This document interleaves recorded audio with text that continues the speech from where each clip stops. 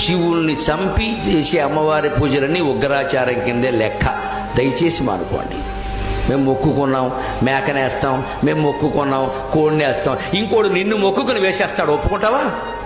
మన పిల్లాడు ఆరోగ్యం కోసమో మన ఆరోగ్యం కోసమో కోడినో మేకనో కోసేసే అధికారం మనకున్నప్పుడు కోడి పిల్లకి అనారోగ్యం చేస్తే మన మొక్కుకునే అధికారం దానికి కూడా ఉంటుందండి. మానవ హక్కులు మానవులకే కాదండి, కోళ్ళకి జంతువులకన్నిటికీ ఉంటాయి. పరమ దారుణంగా ఏకంగా దున్నపోతులు సహా వేసేసి అమ్మవారి బలి నెత్తురు ఉంటే కానీ అమ్మవారి సొంత నెత్తురుగా అమ్మవారు అవుతుందా దెయ్యం అవుతుందా? ఎలా ఆలోచిస్తారండి అసలు? దేవుడు పేరు మీద జీవహింస చేస్తున్నాము అంటే దైవభక్తిలో అనాకాసు మనకు తెలియనట్టే లెక్క. వైదిక ధర్మం ఈ జీవహింసకు మొత్తం వ్యతిరేకం. ఎక్కడా లేదు ఈ జీవహింస చేయమని. మనమే పెట్టుకున్నాం ఇవన్నీ కూడా. ఎందుకంటే మనం ఆలోచన ఎందుకు వస్తుందో చెబుతున్నా. బ్రాహ్మణ చేయడు ఈ పని, శాకాహారం తినేవాడు చేయడు. వాడు పప్పు తింటాడు, పప్పే పెడతాడు అక్కడ. కక్క మొక్క తినేవాడు ఏం చేస్తాడు? మనం తింటాడు.